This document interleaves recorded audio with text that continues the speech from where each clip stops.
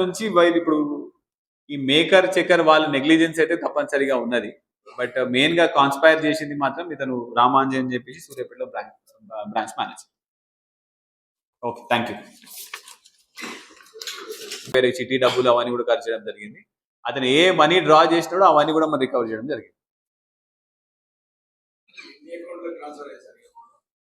ఇప్పుడు ఈ 10 అకౌంట్స్ లో ఉన్న మనీ అంతా కూడా ఈ రామ్లాల్ ఇంకా శివ A3+A4 వీళ్ళు వాళ్ళకి తెలిసిన వాళ్ళ అకౌంట్లలో కూడా డిపాజిట్ చేయడం జరిగింది. సుమారు వాళ్ళు ఒక 15 అకౌంట్స్ లో 6 అకౌంట్స్ లో వాళ్ళు డిపాజిట్ చేయడం జరిగింది.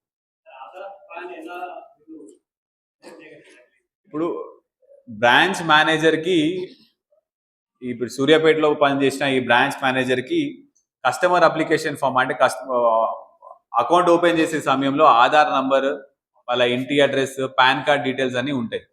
వీళ్ళు ఏం చేసిరంటే ఒక వెబ్సైట్ ఉంటుంది, ఆ వెబ్సైట్కి వెళ్ళేసి ఈ డీటెయిల్స్ పెడితే అది ఆధార్ కార్డు ఒకటి ప్రింట్ చేసి ఇస్తుంది. ఆ సిగ్నేచర్ కూడా వీళ్ళు ఏం చేస్తారంటే ఆ కస్టమర్ అప్లికేషన్ ఫామ్ లో ఓపెన్ చేసినప్పుడు ఒక సిగ్నేచర్ ఉంటుంది, ఆ సిగ్నేచర్ని తీసి ఇక్కడ సిగ్నేచర్ ఫార్జరీ చేస్తారు. ఆ కొత్త అప్లికేషన్ అవర్ ప్రింట్అవుట్ తీసుకుని దాని మీద ఈ సేమ్ సిగ్నేచర్ ప్రింట్ చేయగానే బ్యాంక్ లో ప్రాసెస్ చేసే ఎంప్లాయీస్ కూడా డౌట్ రాదు, ఎందుకంటే signature is very much similar.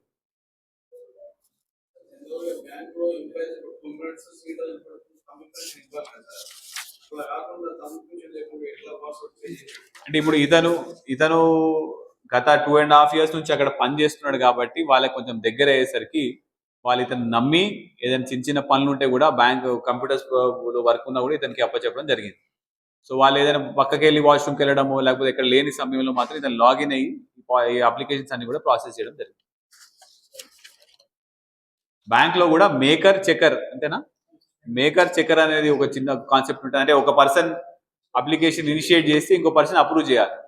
So ఇతను మేకర్ అంటే ఇనిషియేట్ చేసేది ఇతను లాగిన్ అయ్యి వాళ్ళు లేనప్పుడు లాగిన్ అయ్యి ప్రాసెస్ చేసినాడు. చెకింగ్కి వెళ్ళేటప్పుడు మాత్రం ఇతనే ఫిజికల్ గా డాక్యుమెంట్